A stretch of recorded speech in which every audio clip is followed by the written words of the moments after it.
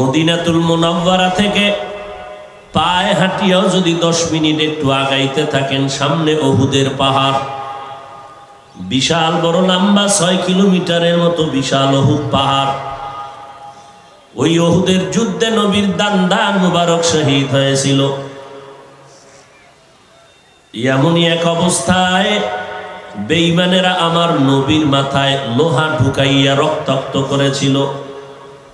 নবীজি গর্তে পড়ে গেলেন। মুশরিক বেঈমানেরা আওয়াজ দিল, মুহাম্মদ দুনিয়ার জমিনে জিন্দা নাই।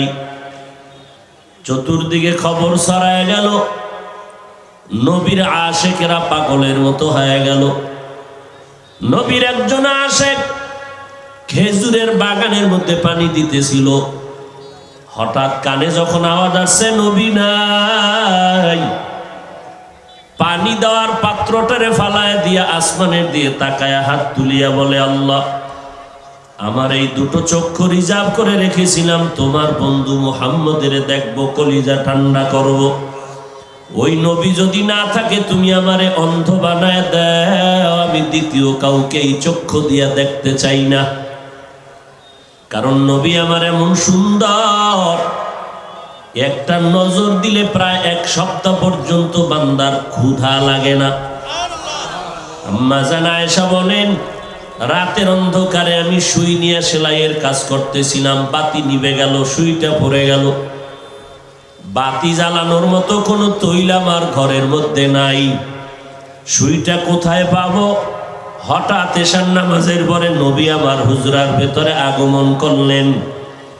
নবীজির চেহারা মোবারকের আলোতে দেখলাম সুইটা খুঁটির গোড়ায় পড়ে আছে। আমি ওই চিকন সুইটা হাতের মধ্যে নিলাম। শুধু নবী মানুষ চিনবে কেন? ওই নবীর জন্য গর্তের পিপিলিকা আল্লাহর কাছে বলে, আল্লাহ, দয়া করে একটু মদিনার রওজা আমাকে দেখাও, বাইতুল্লাহ দেখতে মনটা চায়। আল্লাহ বলেন, আরবের কবুতর, যাও অমুক এলাকার গর্তের পিপিলিকারে পায়ের সাথে বাজায় মক্কা মদিনা ঘুরাইয়া জায়গায় পৌঁছাইয়া দাও। নবীজি খেজুর গাছের সাথে টেক লাগাইয়া একটা খুতবা পড়তেন। কিছুদিন পরে খেজুর গাছের মিম্বর বন্ধ করে দিলেন। সাহাবায়ে কেরাম বলেন, নবী মানুষের থেকে কান্নার যেমন আওয়াজ এই মিম্বরের মরা গাছ থেকে সেরকম আওয়াজ আসতেছে। নবী নিজে গিয়া বলেন, ও গাছ, কেন তুমি কান্না করো? গাছ বলে, নবী আপনার বিরহের বেদনায় কান্না করি। কি চাও বলো? বলে, আপনি আমার জানাজা পড়াবেন, এখানে দাফন করবেন, কিয়ামতের দিন আমি আপনার সাথে জান্নাতে থাকব।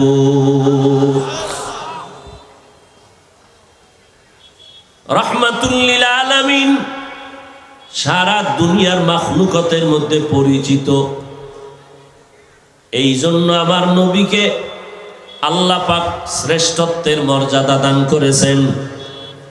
নবীর আদর্শ এত সুন্দর, কারণ আমার নবী নিজেই সুন্দর, যার জীবনে কোনো মিথ্যা বলেন নাই। নবী যখন রাস্তা দিয়ে হাঁটে, সূর্য মাথার উপরে ছায়া দেয়, সূর্যের গরম যেন নবীরে কষ্ট না দেয়। নবী যখন কোথাও বসেন, গাছগুলো নুয়ে নুয়ে নবীরে সালাম জানায়। সাপ এসে নবীরে বাতাস দেয়। জঙ্গল থেকে সালামের আওয়াজ। সাহাবায়ে কেরাম বলেন, নবী কোনো মানুষ নাই, সালাম দেয় কারা? নবী বলেন, আমার আওয়াজ পেয়ে জঙ্গলের হিংস্র প্রাণীরা মানে সালাম জানাইতেছে। মায়ার নবী উহুদের ময়দানে দান শহীদ হয়ে গেল, গর্তে পড়ে গেলেন। বেঈমানেরা আওয়াজ দিল, মদিনার নবী নাই। আল্লাহর কুদরত, সাথে হযরত আলী রাদিয়াল্লাহু আনহু দাঁড়ানো। নবীজিরে ধরে উঠাইলেন। উঠানোর পরে দেখে নবীর পুরা চেহারা বডিতে রক্ত মাখা। নবীজির হাত মোবারক ধরিয়া আস্তে আস্তে করে উহুদ পাহাড়ের কিনারায় নিয়া একটা পাথর ছিল, পাথরের উপরে নবীরে বসায় দিলেন। নবী ওখানে বসলেন। বসিয়া নবী বলেন, ও সাহাবায়ে কেরাম, বেঈমানেরা বোধহয় খবর ছড়ায় দিছে আমি নাই, আমার আশেকেরে জানায় দাও মুহাম্মদ এখনো জিন্দা আছে। আর ময়দানে দেখো দ্বীন ইসলামের পতাকা উড্ডীন করার জন্য কারা রক্ত দিয়া শহীদ হয়ে গেল, এদের লাশগুলো তাড়াতাড়ি গুছায় নাও, এক কাতারে দাও, জানাজা একসাথে পড়ায় তাদের দাফন হবে, কোনো গোসল লাগবে না। এই খবর পাইয়া হঠাৎ নবী দেখতেছেন উহুদের ময়দানে একজন আল্লাহর বান্দি এসে আওয়াজ দিয়ে বলে, ও পয়গম্বর, আপনার যত সাহাবায়ে কেরাম আজকে শহীদ হয়ে গেল, বিনা গোসলে আপনি কবর দিবেন, তবে আমার স্বামী হানজালা নামের এক সাহাবী, তাকে আপনি বিনা গোসলে কবর দিবেন না। কারণ সে বাসর রাতে গোসলখানায় গিয়া যখন আওয়াজ পাইল মদিনার নবী দুনিয়ায় নাই, গোসল না করিয়া ঘরের মধ্যে গিয়া আমারে সালাম দিয়া তরবারিটা নিয়া ময়দানে আসিয়া তিনি শহীদ হয়ে গেলেন। আপনি তাড়াতাড়ি হানজালাকে গোসল দেওয়ার ব্যবস্থা করে দেন। নবী ঘোষণা করলেন, দেখো হানজালা নামের সাহাবীর লাশটা কোথায় আছে, গোসলের ব্যবস্থা করো। হঠাৎ গাইবি আওয়াজ, নবী হানজালার গোসল দেওয়ার দরকার নাই, যে আশেক সাহাবী বিবির মোহাব্বত ত্যাগ করিয়া আপনার মোহাব্বতে জিহাদের ময়দানে আসছে, আমার আল্লাহ ফেরেশতা দিয়া জান্নাতের পানি দিয়া গোসলের ব্যবস্থা করে দিয়েছেন। নবী আর কোনো গোসলের কোনো প্রয়োজন হবে না। মায়ার নবী বিনা গোসলে শাহাদাত বরণকারী সাহাবায়ে কেরামের দাফন করলেন, জানাজা কমপ্লিট। নবী যেই পাথরটার উপরে বসছিলেন একটু আরামের জন্য হাজার হাজার বছর পরে, আজও সেই পাথরটা উহুদের পাহাড়ের পাশে আছে। খোদার কসম, এখনো যদি কোনো আশিক গিয়ে সেই পাথরে নাক লাগাও, এখনো সেই পাথর থেকে মিশকের ঘেরান পাওয়া যায়। ইমামুল আউয়ালিন আল আখিরিন বহরে সদকা রহমাতাল লিল আলামিন সাইয়্যিদুল কাউনাইন খাতমুল মুরসালিন আখিরা মদবুদ ফখরুল আউয়ালিন শুদ ওয়াজুদাস রহমাতাল লিল আলামিন মসজিদে উশুদ হামারে জমিন। আল্লাহ তাআলা বলেন, আমি মানুষ বানাইলাম আমার ইবাদতের জন্য। ইবাদত কেমনে করবা? কোনো পীর সাহেবের তরিকায় চলবে না, কোনো বক্তার তরিকায় চলবে না। আমি আমার মুহাম্মদ আমার বন্ধু, তার দ্বারা আমি 23 বছর একটা প্রেসক্রিপশন বানায় দিলাম। কিয়ামত পর্যন্ত সমস্ত মানুষ যদি মুহাম্মদের প্রেসক্রিপশনকে ফলো করে, এই অনুযায়ী চলে, আমি আল্লাহ তাকে বিনা হিসাবে জান্নাত দিয়ে দিব। এখন ওই নবীর তরিকা বা আদর্শ সুন্নাত যারা চিনো না, কিয়ামত পর্যন্ত নবীজির 23 বছরের প্রেসক্রিপশনটা উম্মতের সামনে বুঝাইয়া নবীর সুন্নতের আমল শিখানোর দায়িত্ব উলামায়ে আহলে হকের, কোনো ডাক্তারের না, একমাত্র উলামায়ে আহলে হক। আমি বারবার কিন্তু একটা শব্দ উলামাদের সাথে ব্যবহার করতেছি, উলামায়ে আহলে হক, কারণ 1500 বছর আগে নবী সতর্কবাণী করেছেন, এই উম্মতেরা, উলামা দেখবা এই দুনিয়াতে যদি তোমরা কোনো খারাপ মানুষ দেখতে চাও, খুঁজিয়া দেখবা উলামাদের একটা অংশ থাকবে চূড়ান্ত খারাপ। এদের মতো খারাপ এই জমিনে কোনো আলেম পাইবা না। আবার ভালো যদি কোনো মানুষ পাইতে চাও, তাও খুঁজিয়া দেখবা উলামাদের একটা দল চূড়ান্ত ভালো। এদের মতো ভালো জমিনে আর কেউ থাকবে না। নবীজির সেই 1500 বছরের কথা আগের এখন চোখের নজরে ভাসতেছে। 1500 বছর পর্যন্ত আমার মাওলার দেওয়া কোরআন নবীর আদর্শের ভেতরে কেউ ভুল বের করতে পারে? অপচেষ্টা করেছে অনেকে, না পারিয়া বহু বিধর্মী পর্যন্ত মুসলমান হয়ে গেল। কিন্তু কপাল খারাপ, আজ আমার দেশের ভিতরে দাঁড়াইয়া একজন মাওলানা বলে কোরআন শরীফের ভেতরে জাল আছে। বলে কি পরিমাণ জাল? বলে হাদিসের থেকেও বেশি জাল। আমি চিৎকার দিয়ে বলি, ও মুসলমানেরা, আল্লাহর কোরআনের মধ্যে যদি জাল আছে, ভেজাল আছে, এই কথাটা অন্তরে ঢুকে যায়, আমার মাওলার অস্তিত্বও থাকে না, ইসলামের অস্তিত্বও থাকে না, হুজুরগিরিও থাকে না। এই কথাটা আওয়ামী লীগওয়ালারা বলে নাই, বিএমপির কোন নেতায় বলে নাই, একজন মাওলানা হইয়া ঢাকার জমিনে দাঁড়ায় কয় কোরআনে ভেজাল। ওই নবীর কথা অনুযায়ী চিনে নাও, এই বান্দা মাওলানা ঠিক, তবে উলামা নবীর, আহলে বাতিল নবীর দুশমন। আর এক মাওলানা বলে নবীরা অন্যায় করেছেন, আল্লাহ নবীদের দিয়া অপরাধ করায়েছেন। নাউজুবিল্লাহ। মানে আপনারা কি মওদুদি সাহেবের মুরিদ নি? এই মেয়া মওদুদি সাহেবের মুরিদ? নাউজুবিল্লাহ আসতে কেন? নবীরা অন্যায় করেছে, এই যুবকেরা, নবীরা অন্যায় করেছেন, আল্লাহ করাইছেন, এই কথাটা মানো? আল্লাহরে সাক্ষী রেখে বল, মানো? জিব্বা খুল, ফেরেশতারা লিখবে নবীরা অন্যায় করেছেন, মানো? কোন আওয়ামী লীগওয়ালারা বলে নাই, বিএমপি ওয়ালারা বলে নাই, বলেছে একজন ইসলামের ব্যানারওয়ালা মাওলানা নামের ভণ্ড। আর এক মাওলানা বলে কালেমা লা ইলাহা ইল্লাল্লাহ মুহাম্মাদুর রাসূলুল্লাহ, এই কালেমাটা বন্ধ করে দাও, এটা নাকি কুফরি কালেমা। যুবকেরা বল, কালেমা কুফরি মানো? হ্যাঁ, তাহলে আজকে থেকে চিহ্নিত করবি, তোর আব্বারে গালি দিলে ধৈর্য ধরিস, তোর মাকে গালি দিলেও ধৈর্য ধরবি। আল্লাহ, নবী, ইসলাম, কোরআন নিয়ে যদি কেউ কথা বলে, এই বিষয়ে ধৈর্য মানি, ওর বিচার না হওয়া পর্যন্ত আন্দোলন চালাইয়েই যেতে হবে। আজকে থেকে চিহ্নিত করবি ওই মাওলানা কে, যে এই মেয়া থামেন, ওই মাওলানা কে যে কালেমাকে কুফরি বলল।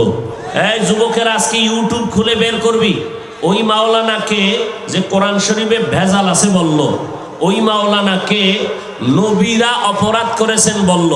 এদেরকে চূড়ান্তভাবে চিহ্নিত করে আজীবনের জন্য তওবার আগ পর্যন্ত তাদের সাথে সালাম নাই, কালাম নাই, এদের পেছনে নামাজ পড়লে নামাজ আদায় হবে না। তবে আল্লাহ সারাইছে, কুদরতের হাত দিয়ে হেফাজত করছেন। এই ঝামেলাওয়ালা বেঈমান হওয়ার কথা কোনো দেওবন্দি আলেমরা বলে নাই, কওমি আলেমরা বলে নাই। নবীরা অপরাধ করেছেন কথাটা কোনো দেওবন্দি আলেম বলে নাই। কোরআনে ভেজাল আছে কথাটা কোনো দেওবন্দি আলেম বলেন নাই। কালেমা কুফুরি কথাটা কোনো দেওবন্দি আলেম বলেন নাই। যদি আল্লাহ না করুন বলতো, তাহলে ওই বাতিলেরা নিজেরা মানববন্ধন করতো জায়গায় জায়গায়।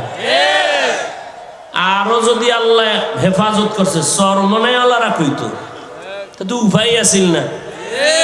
কিন্তু এত মারাত্মক কথা বলার পরেও জাতি চুপচাপ কেন? আমাদের ইমানের পাওয়ার দুর্বল হয়ে গেছে। আরে কোরআনের মধ্যে যদি ভেজাল থাকে, মুহাম্মদের মধ্যে যদি বলে মুহাম্মদ ত্রুটি করছে, যে এতক্ষণ মুহাম্মদের গুণগান গাইলাম, তো মুহাম্মদের মধ্যে যদি ভেজাল থাকে, এই কথা সিনায় ঢুকে যায়, তাহলে আর মুহাম্মদের আদর্শকেও মানবে? ওই আলেমকে জিগাও, তোমার আর বয়ান নাই, স্টেজে উঠার পরে তোমার আর কোনো আলোচনার বিষয় নাই, উঠেই নবীর বিরুদ্ধে, কোরআনের বিরুদ্ধে, কালেমার বিরুদ্ধে বয়ান করা লাগবে কেন? মুসলমানের মধ্যে বিভ্রান্ত যারা ছড়ায়, এরা ফেতনাবাজ, ইসলামের ব্যানারওয়ালা মাওলানা নামের ভণ্ড। অতএব খুব সতর্ক, খুব সাবধান।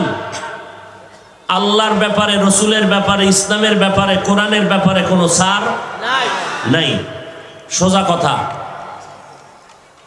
সে যে হোক, আল্লাহ আমাদের বুঝার তৌফিক দান করেন। তাহলে ইবাদত করব কার? কার তরিকায়?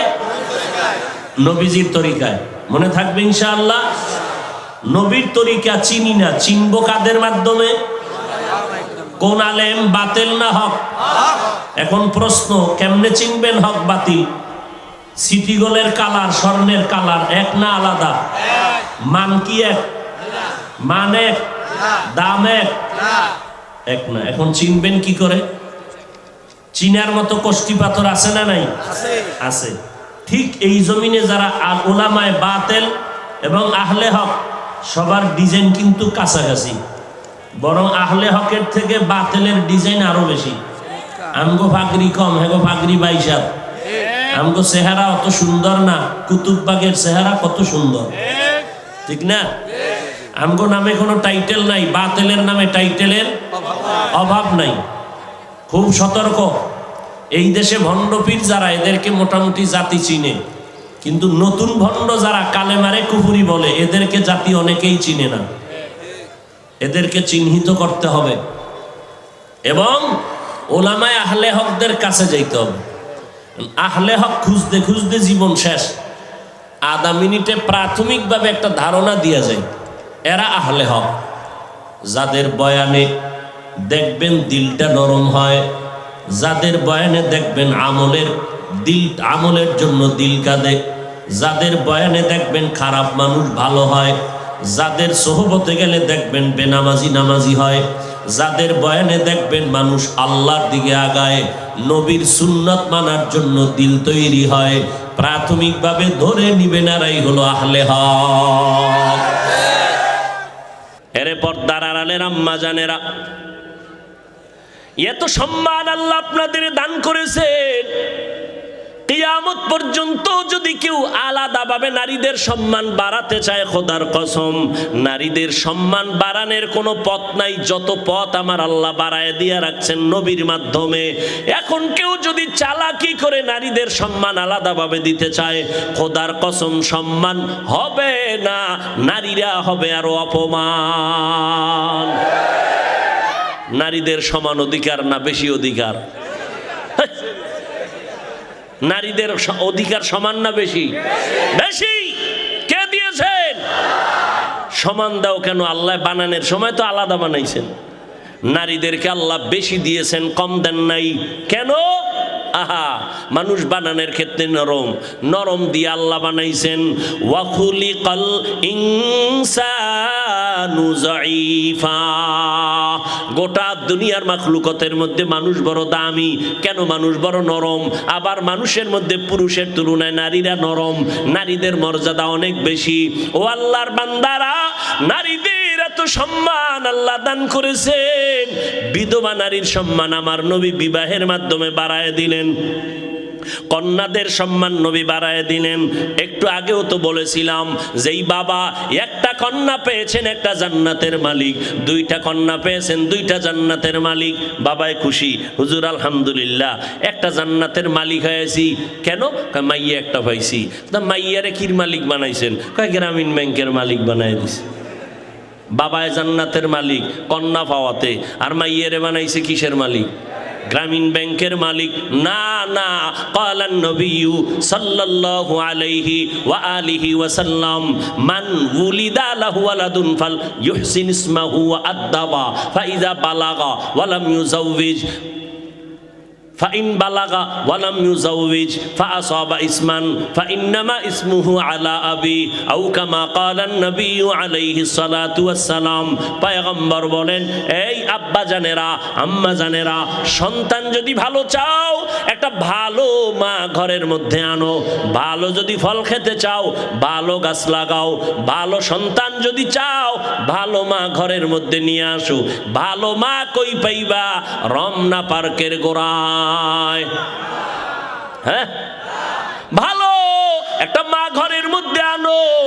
অন্তত পর্দা নিশি মহিলার সন্তান ঘরের মধ্যে আনো। কোরআন পড়নেওয়ালা আম্মা জানানো। বলার সময় নাই, ধৈর্য কুলাচ্ছে না আপনাদের। আল্লাহর বান্দা দুই ভাই, এক ভাই ছোট এক ভাই বড়। ছোট ভাই টাইম হওয়া মাত্র বিবাহ করে ফেললেন, বড় ভাই বিয়া করে না। ছোট ভাই বিয়া কইরা সংসার শুরু করেছে। এই যুবকেরা ভালো করে শুন, ছোট ভাই বিয়া করে সংসার শুরু করলো, কে বিয়া করে নাই? বড় ভাই একদিন ছোট ভাই ডেকে বলে, ভাইজান আপনি বিয়ে করেন না কেন? সময় চলে গেল। বড় ভাই ডাক দিয়া কয়, ছোট ভাই লজ্জার কথা, মনের মতো মাইয়া পাই না, কেমনে বিয়ে করব? ভাই মনে করলেন মনে হয় যেন সুন্দরী রূপসী একজন মেয়ে চায়, সম্ভ্রান্ত পরিবারের কন্যা চায়। ছোট ভাই খোঁজখবর নিয়া সম্ভ্রান্ত পরিবারের একটা সুন্দরী রূপসী মেয়ে রেডি করলেন। রেডি করিয়া বড় ভাই রে কয়, শুনো, অমুক এলাকার এক বাড়ি, নাম জানি জানি, তার একটা কন্যা এত সুন্দরী এত রূপসী, ডানা কাটা ভরি। কি ভরি? ডানা কাটা ভরি আনছে ঘরে। এই সবার ডানা কাটে, মায়ের ডানা, বাবার ডানা, শেষ পর্যন্ত স্বামীর ডানাও খাইতে লাগছে। ঠিক না? সব ঘরে ঘরে ঘরে ঘরে ভেজাল। এই ডানা কাটা ভরি আনছে, ডানাই কাটতেছে। এই কয়, তোর বাপ ভালো না, মা ভালো না, আলাদা বাসা আলো। যখন বাপ মায়ের বিচার দেয়, চেয়ারম্যান সাহেব সইতে পারি না সন্তানের কষ্ট, এইবার কয় এলাকায় থাকা যাবে না, ঢাকা লও। ঢাকা যাইয়া স্বামীরে কয়, কাজ করো, টাকা পয়সা কিছু কামাই করে এবার স্বামীর ডানাও কাইটা হিজরত করে। করে না? করে না? সব ভেজালের মূলে নবযুগের গজব কি? কি? মোবাইল। ও আল্লাহ, এই মোবাইলের গুনাহের থেকে আমাদের হেফাজত করিন। বাবাই খুব গুণগান গায়ে, কয় হুজুর চিনেননি আমারে? হ্যাঁ, মোটামুটি দেখা হয়েছিল হুজুর, আলহামদুলিল্লাহ, আল্লাহ আমারে একটা বাচ্চা দিছে না, আমি একটা কুলের বলদ, কিন্তু বাচ্চা মোটামুটি ইঞ্জিনিয়ার ফেল, মোবাইলের সিফাগল্লির খবর সব আমার বাচ্চা জানে। খুব গুণগান গাইতেছে। এক মাস পরে দেখা, এবার বাচ্চা নিয়ে একা, হুজুর একটু তেল পরা, একটু পানি পরা দেন। বিষয় কি? সন্তান আব্বাও ডাকে না, আম্মু ডাকে না। বয়স কত? 5 বছরের নিকট। আম্মু ডাকে না কেন? আব্বু ডাকে না কেন? মোবাইল দিয়ে দিয়ে সন্তানটারে বোবা বানাইছো। তেল পরা কেন? জুতা পরা দিলেও কাজ হবে না। ঘরে ঘরে বাচ্চাদের মোবাইল দিছে। এই অজের ফ্যান্ডেও দেখেন অনেক মা অনেক বাবা সন্তানের হাতে মোবাইল দিয়ে কি খুশি, এরা বাপ নামের মা নামের কলঙ্ক। সন্তানের হাতে মোবাইল দিয়েছ, এর থেকে একটা ছুরি ডাইরেক্ট দিলেই তো লাভ হয়ে যাইতো। সন্তান তো কৌশলে নিজেরে হত্যা করতেছে, ছুরি দিয়া ডাইরেক্ট জবাই করত। ও আম্মা জানেরা, আব্বা জানেরা, কেমনে বুঝাইলে বুঝবেন? আল্লাহ তাআলা এত সম্মান আপনাদের দান করেছেন, সারা জিন্দেগি বয়ান করলে শেষ হবে না রে আম্মা জান। আপনারা নবীদের মায়ের মতো মা, সাহাবায়ে কেরামদের মায়ের মতো মা, আলেমদের মায়ের মতো মা। আপনারা খাদিজা রাদিয়াল্লাহু আনহার মতো নারী, আয়েশা রাদিয়াল্লাহু আনহার মতো নারী, ফাতেমা রাদিয়াল্লাহু আনহার মতো নারী। এত সম্মান আল্লাহ আপনাদের দান করেছেন। আম্মা জানেরা, আপনাদের মতো দামি জমিনে আর কোনো নারীরা নাই। এরে আম্মা জান, এই দুনিয়াতে যত ভালো ভালো সন্তান সব আপনাদের অবদান। এসপি সাহেবের ব্যবহার ভালো, ডিসি সাহেবের ব্যবহার ভালো, চেয়ারম্যানের ব্যবহার ভালো, ওসি সাহেবের ব্যবহার ভালো। আল্লাহর কসম, এই ভালো তাদের ব্যক্তিগত বাহাদুরি না, সব হলো মায়ের অবদান। আমি হাফিজুর রহমান 12 বছর বয়ান কইরা যে এসপি সাহেবরে লাইনে আনতে পারি না, ওই এসপি সাহেবকে মাত্র 1 মিনিটের বয়ানে আম্মাজান লাইনে আইনা নিছেন। বলে কেমনে? এসপি সাহেব ভোলায় চাকরিতে আসছেন, নতুন এসপি হইয়া চেয়ারে বসছেন, দিলটা শান্ত। এখন তার অর্ডারে সবাই দৌড়ায়, স্যার স্যার বলে, কত সম্মান। 1 সপ্তাহ ছুটি নিয়া আম্মাজানের দোয়ার জন্য বাড়ি গেলেন। যেদিন চলে আসবেন, আম্মাজান সন্তানটারে খানার টেবিলে বসাই ডাক দিয়া কয়, বাবা আমি কোন দিন মরে যাব জানা নাই, আমি খানার টেবিলে তোরে একটা উপদেশ দিতে চাই, মানবিনি বল। আম্মা জান, গলায় ছুরি লাগবে, আপনার অবদান আমি অস্বীকার করব না। এবার বলে, বাবা আল্লাহ সম্মানের চেয়ারে বসাইছেন, দিচ্ছেন, ভালো করে শুনো। ওই সম্মানের চেয়ারে বৈশা কোনোদিন মিথ্যা কথা বলবা না, গরিবের উপরে কোনোদিন জুলুম করবা না, হারাম টাকা হাত দিয়া ধরবা না। এবার সন্তান কয়, আম্মা জান, জীবন চলে যাবে, আমি আপনার তিনটা কথা অবশ্যই রক্ষা করব। মিথ্যা কথা বলবো না, গরিবের উপরে জুলুম করব না, আমার হাত দিয়া হারাম টাকা ধরবো না। মায়ের দোয়া নিয়ে আশীর্বাদ নিয়ে চলে গেল। চেয়ারে বসছি, হঠাৎ এক গরিব আইসা কয়, স্যার, এক বড় লোক আমার জায়গা নিয়ে জুলুম করতেছে। মায়ের বয়ানটা মাথার মধ্যে ঘুরতেছে। গরিবের ডাক দিয়া কয়, কোনো টেনশন করবা না, আমি লোক পাঠাইতেছি, খরচ লাগবে না, আমার পকেটের টাকাও যদি লাগে আমি তোমার ইনসাফের সাথে বিচার করে দিব। এবার গরিব তার থেকে ইনসাফের বিচার পাইল। হঠাৎ করে 2 দিন পরে রাতের আধারে বড় লোক টাকার বস্তা নিয়া এসপি সাহেব রে কয়, স্যার, কত এক বস্তা দিলাম, আরো কত লাগবে বলেন। এসপি সাহেব সার্কেল এসপি রে কয়, পুলিশ নিয়ে রে তাড়াতাড়ি অ্যারেস্ট কর, আমাকে হারাম টাকার লোভ কেন দেখাইলো?